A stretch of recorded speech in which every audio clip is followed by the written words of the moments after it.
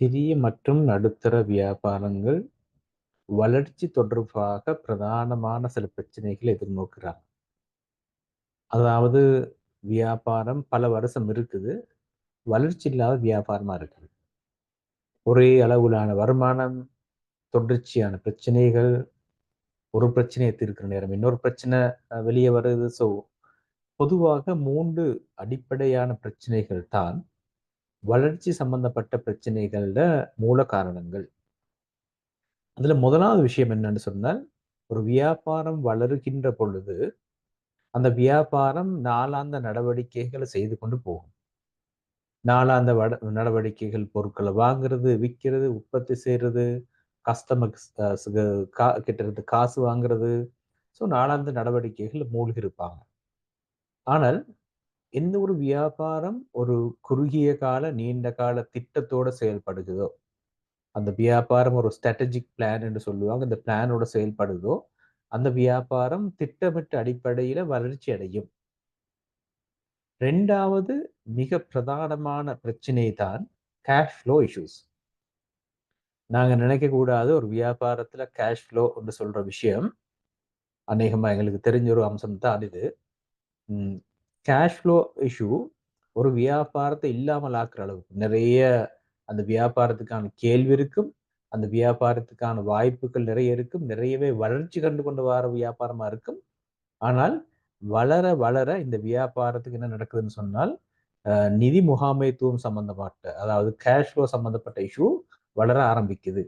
இது 2வது காரணம் ஒரு வியாபாரம் வளர்ச்சி அடையாம இருக்கிறதுக்கான மிக முக்கியமான 2வது காரணம்.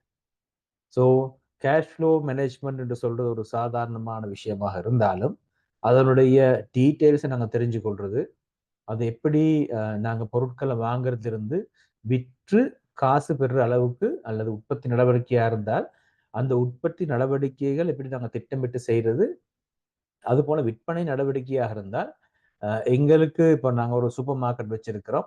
அந்த சூப்பர் மார்க்கெட்டாக இருந்தால், இந்த நாங்க சாதாரணமா கதைக்கிற விஷயம் தான் ரீட்டெயில் மேனேஜ்மென்ட். 80% பொருட்கள் ஆட்களோட கண்ணுக்கு தெரியிற மாதிரி, அ அடிக்கடி அதிகமாக விக்கிற பொருட்களாக நாங்க அத மாற்றும் பொழுது தான் என்ன செய்யுது, ஒரு ரீட்டெயில்ல கேஷ் ஃப்ளோ நடக்குது. ஸோ கேஷ் ஃப்ளோ என்று சொல்லக்கூடிய அந்த அம்சம் மிக முக்கியமான ஒரு அம்சம். ஒரு வியாபாரத்தின் வளர்ச்சிய தடைப்படுத்துகின்ற அம்சம். 3வது வியாபார சிக்கல், அதாவது வளர்ச்சிக்கான சிக்கல் தான் புத்தாக்க சிந்தனை இல்லாம இருக்கிறது.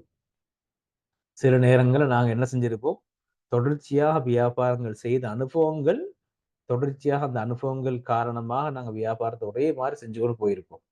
ஆனாலும் மிக முக்கியமான ஒரு அம்சம் என்னன்னு சொன்னால், வியாபாரத்தில் எப்ப புதிய சிந்தனைகள், புத்தாக்க சிந்தனைகள், அது பொருட்கள்லயா இருக்கலாம், ப்ரோசஸ்லயா இருக்கலாம், எங்களுடைய வியாபார நடவடிக்கைகள்லயா இருக்கலாம். இந்த ஒரு மாற்றம் வரும் பொழுது, உதாரணமா வியாபாரத்த நாங்க மேனேஜ் பண்ற அந்த விஷயத்த டிஜிட்டலைஸ் பண்றோம். அ அல்லது நாங்க வியாபாரத்தினுடைய அ பீப்பிள் மேனேஜ்மென்ட், ஆட்கள முகாமைத்துவம் செய்ற விஷயங்களா இருக்கலாம். இதுகள்ல நிறைய மாற்றங்கள் எங்களுக்கு செய்யலாம்.